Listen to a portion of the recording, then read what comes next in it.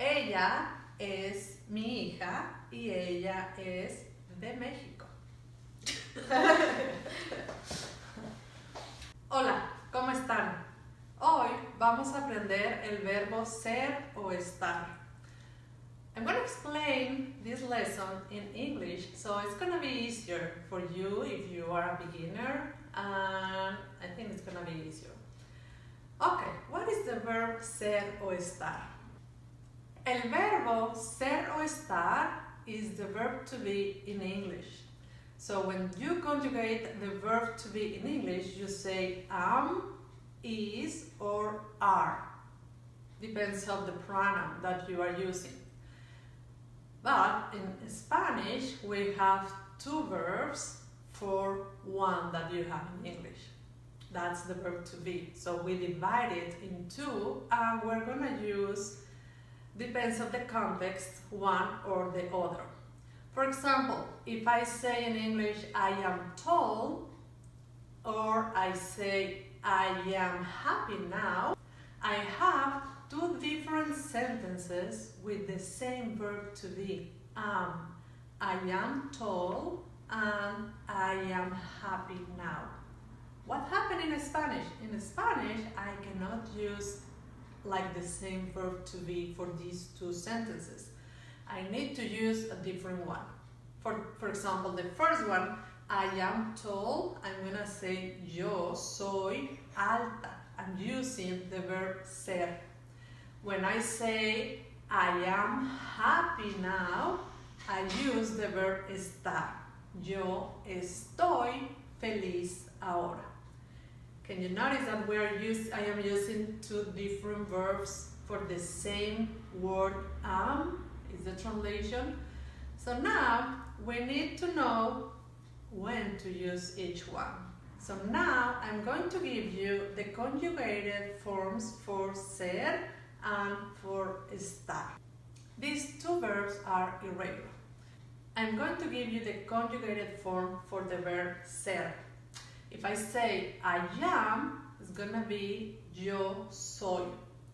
You are, tú eres.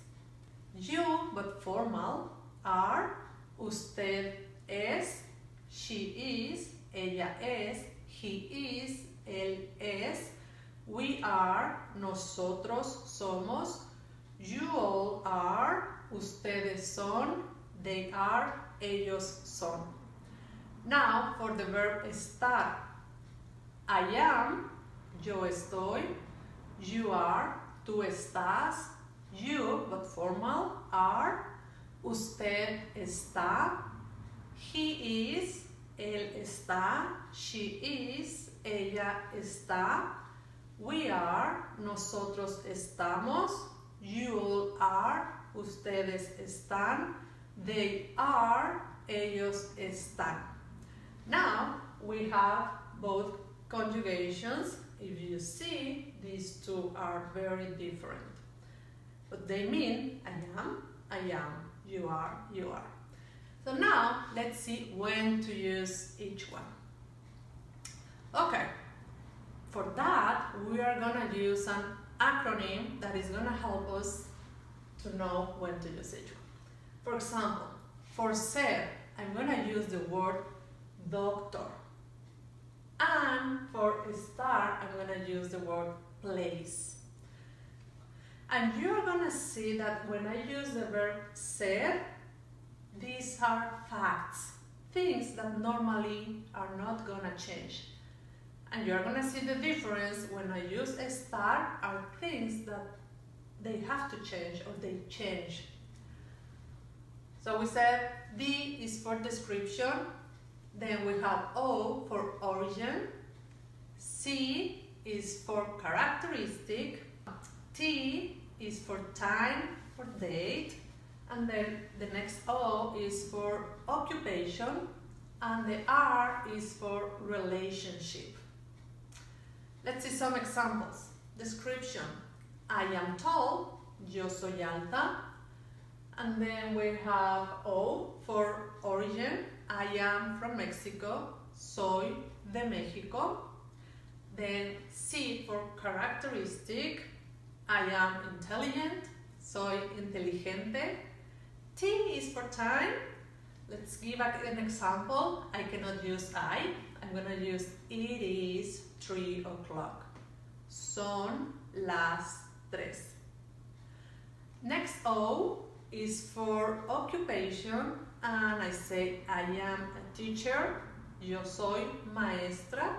And R is for relationship, and I can say Sandy and Ale are my daughters. Ellas son mis hijas. It's a relationship between people and also relationship or belonging, relationship with things like este es mi reloj. This is my watch. Things that belongs to me, or ese es tu teléfono. So these are facts, things that don't change. Now let's see the other side for place, the verb estar. Place, the P is gonna be for position and the L is gonna be for location. Both are the same thing, so it depends where something is, whatever the GPS can give you. So, for example, I can say, I am in my house. Yo estoy en mi casa. Right? Now, PL and then A is for action. Action is going to be something that I am doing right now. For example, I am teaching. Yo estoy enseñando. So the verb enseñar, to teach, has the ing ending, and when I have the ing ending, I need the verb to be, and that verb to be is gonna be estar. Every time you're gonna say something like I am doing something, she is doing something, you need a verb to be and a verb with ing, and in Spanish the verb to be is gonna be estar, and the next verb has the ending ing in English that in Spanish is the ending ando, yendo. Depends on the ending of the verb. Ando is for AR verbs and yendo is for ER and IR verbs. So if you use the verb to be and a verb, this is gonna be the verb that you are gonna use, the verb estar.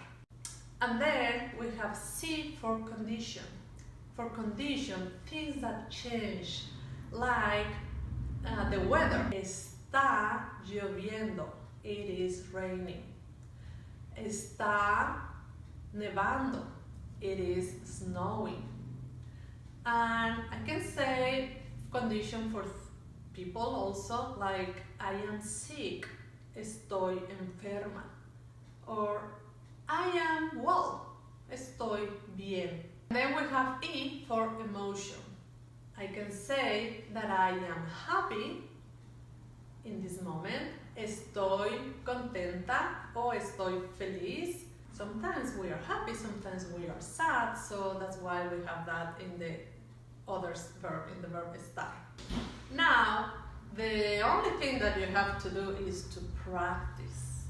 So practice writing some sentences using ser and write some sentences using estar.